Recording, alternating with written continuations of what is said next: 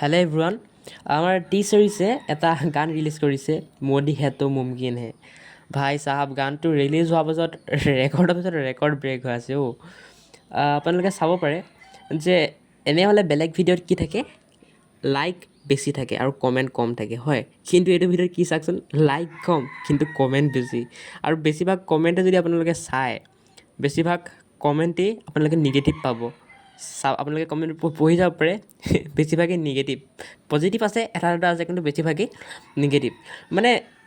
যিটো কামৰ কাৰণে মানে ছংটো বনাইছিল মাৰ্কেটিঙৰ কাৰণে ইলেকশ্যনৰ কাৰণে সেই কামটোতো নহ'লেই লগতে উল্টাহে পৰি গ'ল আপোনালোকে ছ'চিয়েল মিডিয়াত বিভিন্ন ধৰণৰ ভিডিঅ' পাব এইকেইদিন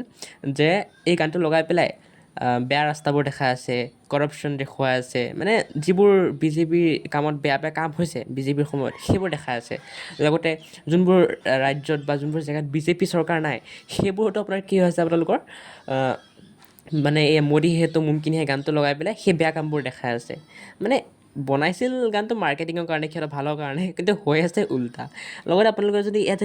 যে ডিছলাইকটো ইউটিউবে হাইড কৰি ৰাখে কিন্তু যদি হাইড কৰি নাৰাখিলে হয় আপোনালোকে চাব পাৰিলে হয় মোৰ মতে এইটো গেৰাণ্টি লাইকতকৈ বেছি বহুত ডিছলাইক হ'লে হয় দেই এই গানটোত বহুত ডিছলাইক হ'লে হয় কাৰণ চাওকচোন কমেণ্টেই ইমানখিনি কৰিছে এটা ভিডিঅ'ত লাইকতকৈ কম থাকে কমেণ্ট কিন্তু এইটোত কমেণ্টেই বেছি চ'